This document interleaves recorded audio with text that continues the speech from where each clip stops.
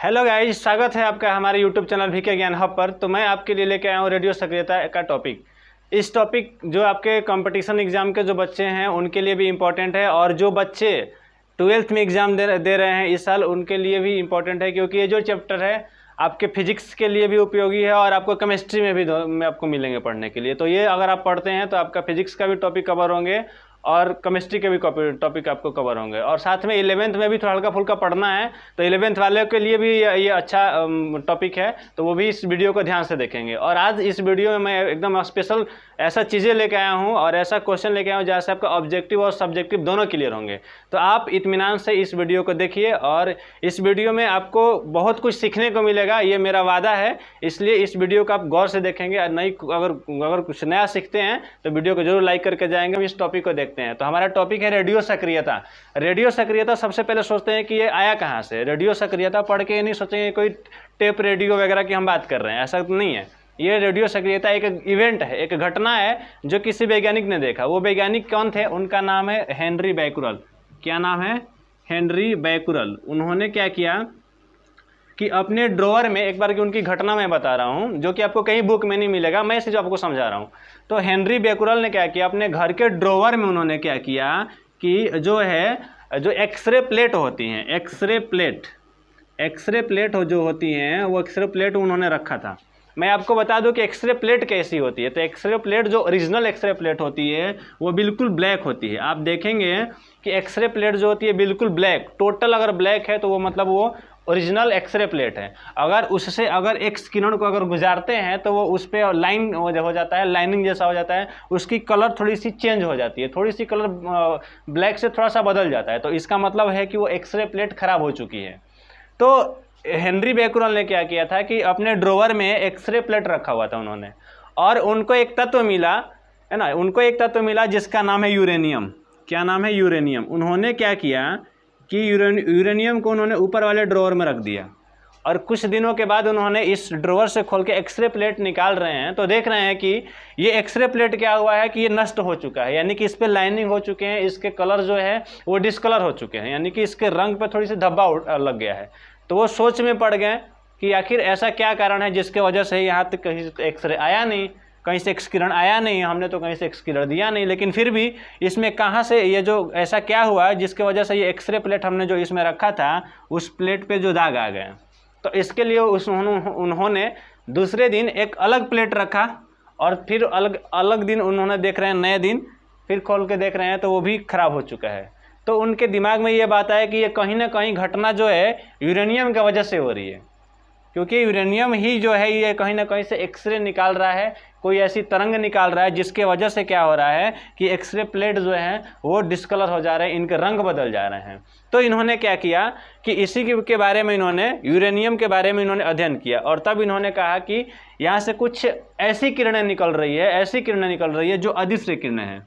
अदृश्य का मतलब ऐसी होती है अदृश्य किरणें जिनको हम खुली आंखों से नहीं देख सकते हैं। क्या नहीं कर सकते हैं? खुली आंखों से हम नहीं देख सकते, ये अदृश्य होती है। नाम में ही दृश्य का मतलब होता है देखना, अ का मतलब नहीं, यानी कि जिसको हम नहीं देख सकते हैं, ऐसी किरणें का खोज किया इन्होंने, हेनरी बैकुरल ने। और इन्होंने बोला कि यूरेनियम से कुछ ऐसी किरणें निकलती है जो अदृश्य होती है, और परंतु ये क्या करती है कि एक्सरे प्लेट को प्रभावित करती है, और जिन तत्वों की वजह से होता है उन्हीं को इन्होंने कहा कि रेडियो एक्टिव तत्व है, यानी कि रेडियो सक्रिय तत्व है। क्या है? रेडियो सक्रिय तत्व है, रेडियो सक्रिय तत्व है। इन्होंने उसका नाम रखा कि ऐसी किरणें, फिर से एक बार इसका डेफिनेशन आप समझेंगे कि कुछ प्रकृति में कुछ ऐसी तत्व होती है, ऐसे पदार्थ होते हैं जो क्या करते हैं, अदृश्य किरणें का उनसे उत्सर्जित होती है, अदृश्य किरणें निकलती है जिनके वजह से क्या होती है कि जिनको हम देख नहीं सकते हैं, और वो क्या करता है कि एक्सरे प्लेट को प्रभावित करती हैं। उन तत्वों को रेडियो सक्रिय तत्व कहते हैं, और इन घटनाओं को क्या बोलते हैं? रेडियो सक्रियता कहते हैं। तो जी हाँ, ये हमारा हुआ घटना एक रेडियो सक्रियता, एक इवेंट है, और इसमें जो पार्टिसिपेट करते हैं, जो एलिमेंट होते हैं, जो पदार्थ होते हैं, उनको हम रेडियो सक्रिय तत्व कहते हैं। अब ये चलता रहा, और इन्होंने, हेनरी बैकुरल, आपसे क्वेश्चन ये पूछेगा कि रेडियो सक्रियता की खोज किसने किया, तो आपका जवाब होगा यहाँ से हेनरी बैकुरल। कंपटीशन एग्जाम में आपसे पूछेगा कि बताइए रेडियो सक्रियता जो है उसकी खोज किसने किया था, तो आपका एक नंबर यही से हो गया, हेनरी बैकुरल ने किया था। अब कुछ दिन जैसे ही बीत गया तो आगे चल के एक और आपको वैज्ञानिक हैं, जो दो आपको कपल्स हैं जिनको हम दंपति बोलते हैं, दंपति का मतलब होता है पति और पत्नी। तो यहाँ पे एक और आपको नाम आएगा जिनका नाम है मैडम क्यूरी। क्या नाम है? Madam Curie. मैडम क्यूरी और इनके हस्बैंड जो हैं उनका नाम है पेरी क्यूरी। ये दोनों हस्बैंड और वाइफ है और इनको नोबेल अवार्ड भी मिल चुका है। और इतिहास में सबसे पहला अगर नोबेल अवार्ड अगर किसी महिला को मिला है तो वह है मैडम क्यूरी। और आज भी सबसे अधिक इनको नोबेल अवार्ड में इनका नाम आपका रखा गया है कि जिनको सबसे अधिक बार इनको नोबेल अवार्ड मिला गया है। हालांकि अभी भी हस्बैंड वाइफ को मिल रहा है, लेकिन उस ज़माने में ये करीब 1896 की बात की जा रही है, उसमें मैडम क्यूरी को मिला हुआ था, क्योंकि इन दोनों ने मिलकर के एक तत्व खोजा जिनका नाम है रेडियम। क्या नाम है? रेडियम, जिसका संकेत होता है Ra। तो आपसे यहाँ से भी क्वेश्चन पूछेगा कि रेडियम का खोज किसने किया था, तो मैडम क्यूरी आपका यहाँ जवाब होगा। और इनके हस्बैंड थे पेरी क्यूरी, इन दोनों मिलकर के रेडियम का खोज किया था। और रेडियम भी एक रेडियो सक्रियता क्या है? रेडियो सक्रिय तत्व है और ये भी रेडियो सक्रियता की घटना को दर्शाता है। तो आगे चल के क्या हुआ कि इनको 1903 में इसके लिए इनको नोबेल अवार्ड मिला। और नोबेल अवार्ड मिलने के साथ ही साथ यहाँ पे ये रख दिया गया, क्योंकि रेडियो सक्रियता का अगर आपसे पूछेगा कि मात्रक क्या होता है, आपसे ये पूछेगा कि रेडियो सक्रियता का अगर मात्रक पूछ दे तो यही इन्हीं के नाम पर रख दिएगा क्यूरी। तो आपसे यहाँ से दूसरा नंबर क्वेश्चन बनता है कि रेडियो सक्रियता की जो मात्रक होती है वो क्या होती है, तो क्यूरी। 1903 में नोबेल अवार्ड मिला तो वैज्ञानिकों ने कहा कि इन्हीं के नाम पे इनका रख दिया जाए। हालांकि रेडियो सक्रियता के बारे में सबसे पहले किसने बताया था, तो हेनरी बेक्यूरेल ने बताया था, लेकिन उनको पीछे छोड़ दिया गया। अब नोबेल अवार्ड मिलने की वजह से इनका नाम आगे आ गया और तब चल के रेडियम की खोज तो इन्होंने किया ही। हाँ, तो रेडियम की जो है वो खोज किन्होंने किया, तो मैडम क्यूरी और पेरी क्यूरी दोनों ने मिलकर किया। लेकिन अगर आपसे ये पूछे रेडियो सक्रियता का मात्रक क्या है, तो आपका जवाब होगा क्यूरी। लेकिन इत्तेफाक की बात यह है कि आगे चल के इतना ही पर नहीं रुका। आगे चल के कुछ वर्षों के बाद वैज्ञानिकों की एक और अलग बैठक हुई, तो जिसमें ये बात हुआ कि जिसके ने खोज किया उनका तो हमने कुछ किया ही नहीं। तो आगे उन्होंने बैठक करके उन्होंने क्या कि रेडियो सक्रियता का एसआई मात्रक उन्होंने रखा कि एसआई मात्रक क्या होगा। तो अगर आपसे ये क्वेश्चन पूछ दे कि रेडियो सक्रियता का एसआई मात्रक क्या होगा, तब वहाँ पे क्यूरी सही नहीं होगा, तब उन्होंने बेक्यूरेल रख दिया। यहाँ पे उन्होंने क्या रख दिया, बेक्यूरेल। बहुत ही कन्फ्यूजन सवाल है यहाँ पे, और अब बहुत अच्छे यहाँ पे अटक जाते हैं। इसलिए आप गौर करेंगे यहाँ टॉपिक पे। अगर आपसे ये पूछेगा कि क्यूरी, तो क्यूरी मात्रक है सिर्फ, न कि एसआई मात्रक है। इंटरनेशनल सिस्टम ऑफ यूनिट पूछेगा तो रेडियो सक्रियता का हो गया बेक्यूरेल, क्योंकि एक्चुअल में रेडियो सक्रियता का इवेंट को इन्होंने ही पहले बताया था, तो इसलिए इनका तो हक बनता है। तो इसीलिए वैज्ञानिकों ने ये बोला कि एसआई मात्रक होगा तो बेक्यूरेल रखा गया, और मात्रक होगा तो क्यूरी रखा गया। अब इतना ही नहीं, अब आपके मन में चल रहा होगा कि रेडियो सक्रिय जो तत्व होते हैं और रेडियो जो किरणें होती है वो कैसी होती है, प्लस होती है, माइनस होती है। आपके मन में कोई ना कोई सवाल चल रहा होगा, तो उसके बारे में भी हम डिस्कस करते हैं। क्योंकि इसके बाद एक और वैज्ञानिक है जिनका नाम है रदरफोर्ड। आपने नाम तो इनका सुना भी होगा, रदरफोर्ड। इतना ही पे नहीं रह गया। अब रदरफोर्ड महोदय ने क्या किया कि उन्होंने एक बर्तन लिया और उस बर्तन में उन्होंने क्या किया कि एक रेडियो सक्रिय तत्व लिया। ये इन्होंने क्या लिया, रेडियो सक्रिय तत्व। ये क्या है, तो ये रेडियो सक्रिय तत्व है, रेडियो सक्रिय तत्व। ये रेडियो सक्रिय तत्व उन्होंने लिया। और रेडियो सक्रिय तत्व मैंने पहले ही बता चुका हूँ कि रेडियो सक्रिय तत्व क्या होती है। इसकी परिभाषा आप ऐसे भी दे सकते हैं कि रेडियो सक्रिय तत्व होते हैं ये, इसके नाभिक जो होते हैं बहुत ही भारी होते हैं। तो भारी नाभिक वाले तत्व स्वतः विखंडित होते हैं। इसको विखंडित करने के लिए अलग से कुछ नहीं होती है, ये स्वतः इसके नाभिक न्यूक्लियर जो होते हैं वो टूटते रहते हैं, टूट के और अत्यधिक मात्रा में ऊर्जा उत्पन्न करते हैं, अत्यधिक मात्रा में विकिरण उत्पन्न करते हैं। ये होते हैं रेडियो सक्रिय तत्व। तो इन्होंने एक बर्तन में जब रेडियो सक्रिय तत्व लिया और इन्होंने इसके आसपास 3 क्षेत्र उत्पन्न किए, विद्युतीय और चुंबकीय क्षेत्र उत्पन्न किया, और इन्होंने यहाँ पे 3 प्लेट लिया। क्योंकि अभी हम पहले बता चुके हैं कि जो क्या किया था कि जो हेनरी बेक्यूरेल ने किया था, उन्होंने क्या देखा कि उन्होंने ड्रोवर में उन्होंने रखा था एक्सरे प्लेट, और एक्सरे प्लेट में उन्होंने देखा था कि एक किरणें निकलने की वजह से वो नष्ट हो चुके थे। तो इन्होंने भी क्या किया कि यहाँ पे 3 एक्सरे प्लेट इन्होंने किया और विद्युतीय चुंबकीय क्षेत्र 3 उत्पन्न किया, जिसमें इन्होंने 3 आवेश लिया। यहाँ पे ये प्लस उन्होंने लिया और यहाँ पे इन्होंने माइनस लिया, और एक उन्होंने उदासीन रखा, बिल्कुल उन्होंने उदासीन रखा। और वो देखना चाह रहे थे कि एक्चुअल में इससे जो किरणें निकल रही है वो किरण की प्रकृति कैसी है, उसका नेचर कैसा है, वो प्लस होती है कि माइनस होती है कि उदासीन होती है, कैसी होती है, ये उन्होंने देखना चाह रहा था। तो उन्होंने ये देखा कि इससे जो किरणें निकल रही है, किरणें निकलने की वजह से तीनों के तीनों प्लेट उनका खराब हो चुका है, ये भी खराब हो चुका है, ये भी खराब हो चुका है, ये भी खराब हो चुका है। अब ये सोच के उनके वो मन में ये सोचने लगे कि आखिर इसका मतलब ये हुआ कि इससे 3 प्रकार की किरणें निकली और 3 प्रकार की किरणें निकली और तीनों प्लेट को जाके प्रभावित कर दिया, यानी तीनों प्लेट जो हो गए वो नष्ट हो चुके हैं।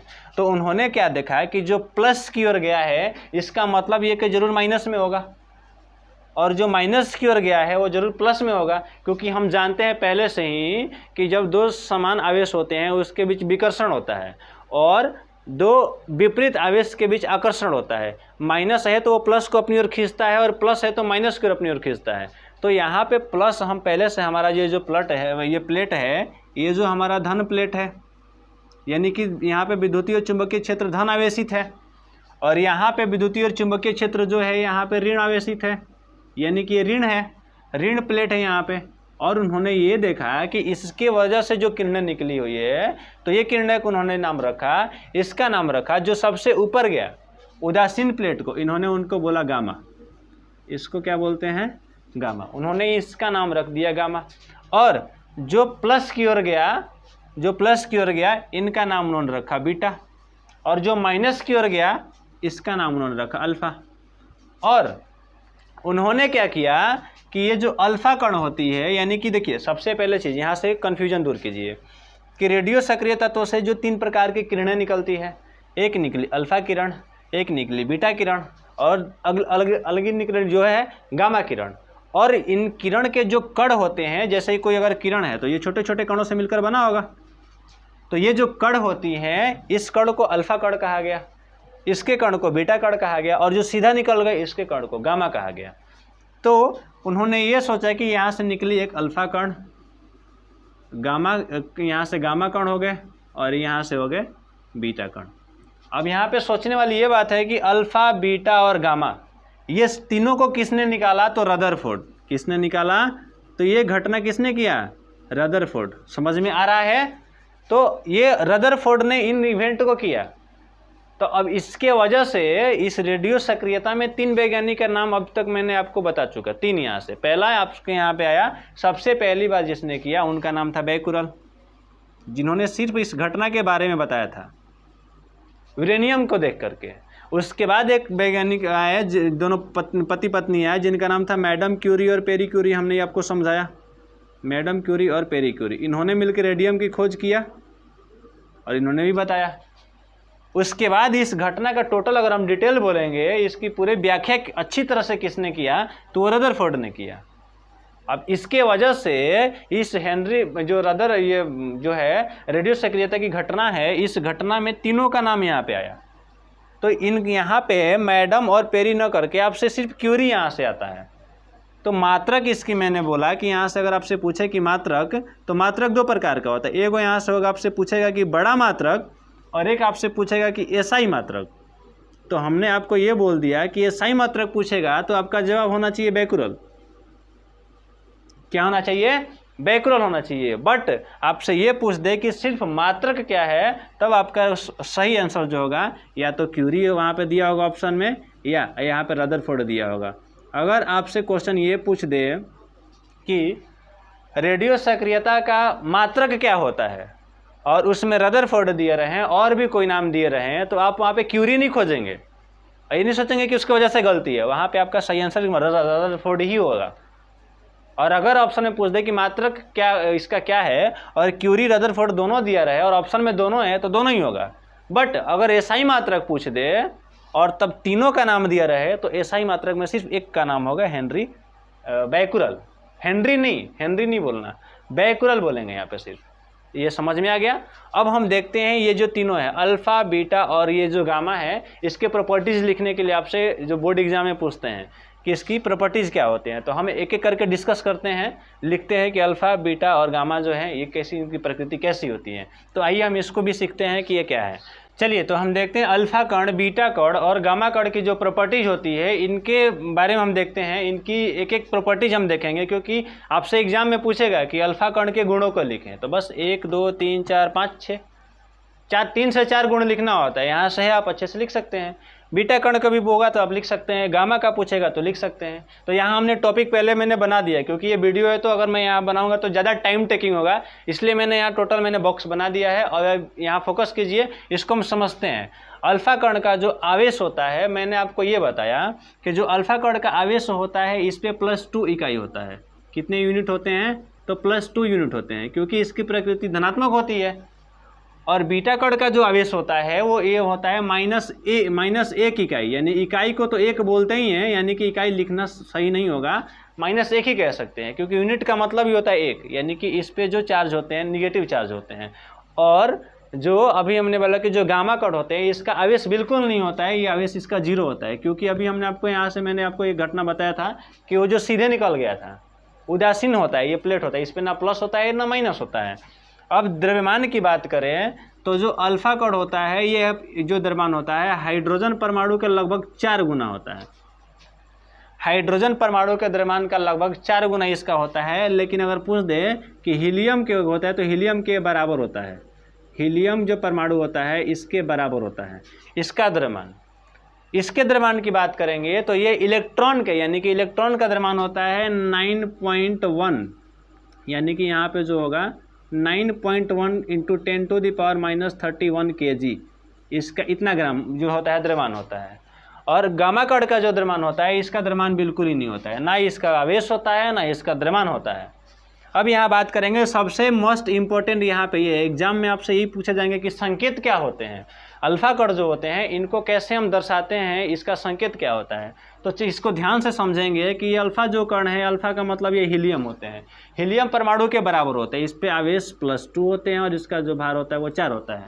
क्योंकि हम भार को ऊपर लिखते हैं, क्योंकि भारी जो कोई चीज़ होता है तो हम कहाँ सिर पे रखते हैं, होता है ना। तो यहाँ पे भी ये जो भार है ऊपर है, यानी कि यहाँ पे भार जो होता है 4 है, यहाँ पे ऊपर रखा गया है। इसका जो संकेत होता है ये एक प्रकार का इलेक्ट्रॉन है, तो इलेक्ट्रॉन का आवेश -1 हमने बोला, और ये जो इसका द्रव्यमान जो होता है 0 होता है।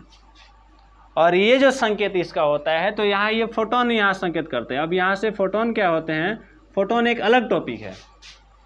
अब वो फोटोन को इसलिए समझने के लिए आप सिर्फ यही समझेंगे कि इसको फोटोन को दिखा जाता है, क्योंकि ये जो एक कण नहीं है, ये एक रेडियो सक्रिय जो ये है किरणें हैं, ये एक विद्युत चुंबकीय तरंग है।